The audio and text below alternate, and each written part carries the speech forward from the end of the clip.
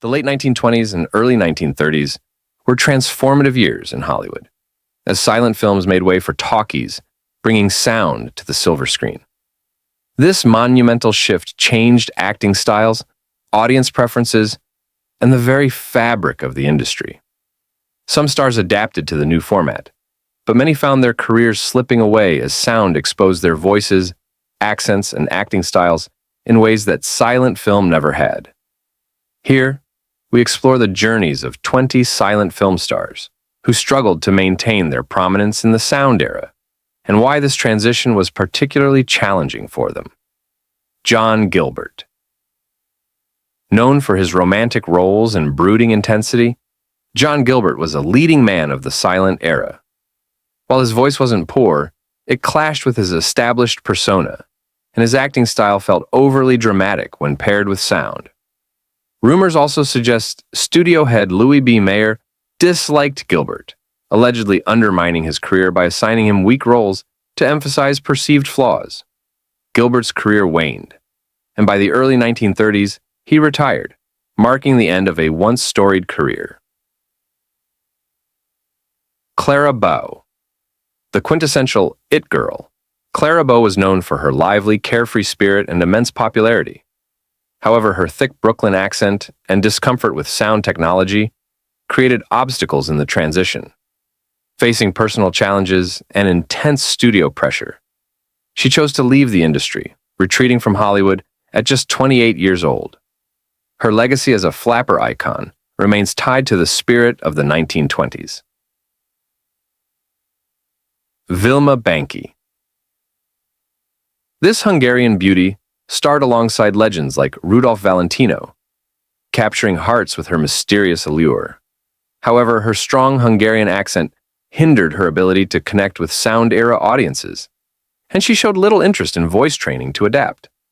Married to actor Rod LaRocque, she chose a private life over fighting for relevance in a changed industry, quietly stepping away from the spotlight. Norma Talmadge. Famed for her roles in dramatic silent films, Norma Talmadge enjoyed unprecedented control over her career. But when sound arrived, her acting style felt out of step with its demands, and audiences found her voice less refined than her image suggested. Frustrated, she retired, leaving a legacy as one of the first major female stars of silent cinema. Harold Lloyd. Famous for thrilling stunts and physical humor, Harold Lloyd was a comedic sensation in the silent era. His voice suited sound films, but audiences craved dialogue-driven comedy, which didn't align with Lloyd's strengths. Though he made a few sound films, he eventually retired, focusing on real estate, still celebrated as one of the era's top comedians. Karl Dane. Danish-born. Karl Dane brought a unique charm to his sidekick roles in silent films, becoming beloved for his comedic timing and memorable performances. Yet his thick Danish accent proved a barrier in sound films, and his career declined. Facing financial hardship and isolation, Dane's tragic story highlights the era's harsh realities, ending in his untimely death in 1934. Colleen Moore.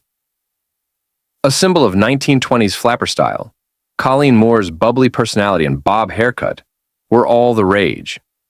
As sound films began to favor more mature and serious roles, Moore's brand of lighthearted charm became less relevant.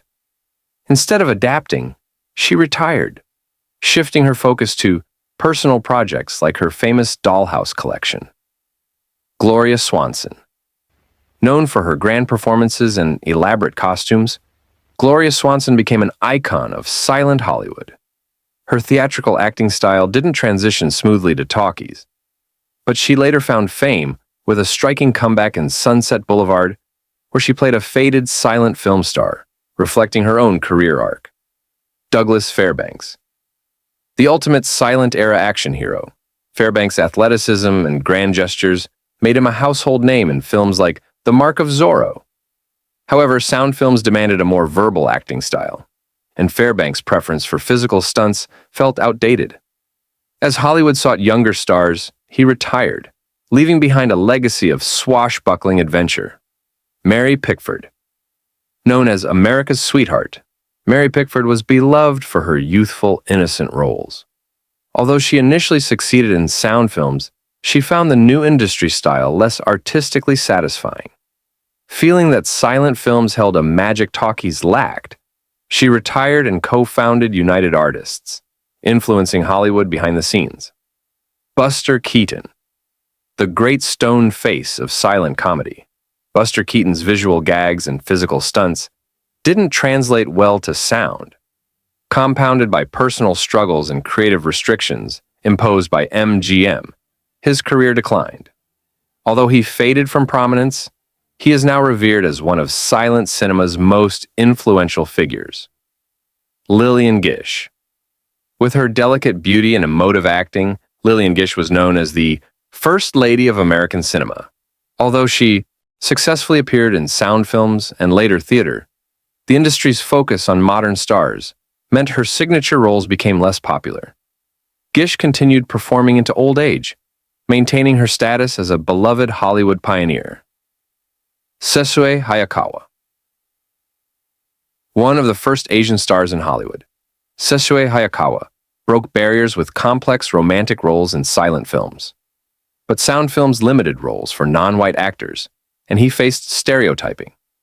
Frustrated, he moved to Europe, though he later made a celebrated return in The Bridge on the River Kwai, earning an Oscar nomination. Pola Negri's exotic beauty and dramatic vamp roles made her a symbol of silent film glamour. But her Polish accent and intense acting style were ill-suited to talkies, and Hollywood's shift toward relatable girl-next-door stars left her out of place. She continued her career in Europe, where she retained a devoted fan base. Theda Bara.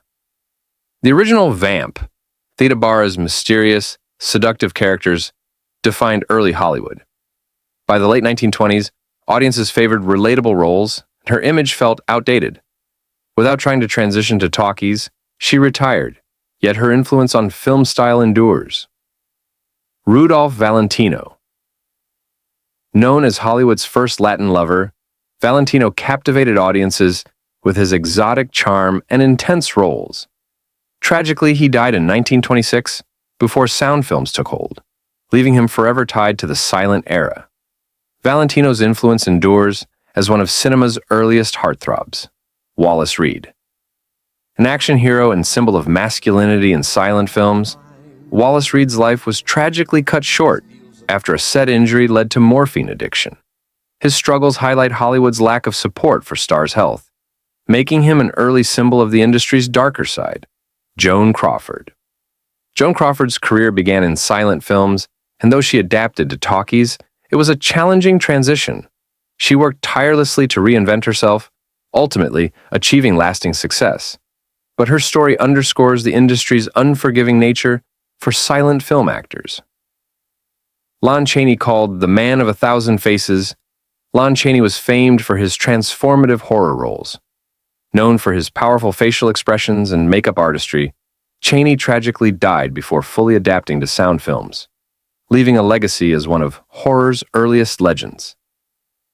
Anna May Wong. A trailblazing Asian American actress, Anna May Wong's talent shone in silent films. But Hollywood's limited roles for Asian actors in talkies relegated her to stereotypical parts. Disillusioned, she worked in Europe, though she later found renewed fame, breaking barriers in representation. The sound era ushered in a new Hollywood, where voices and dialogue drove stories, changing the fate of many silent film stars. Their contributions shaped the golden age of cinema, inspiring future generations while showcasing the resilience and vulnerability of Hollywood's first icons.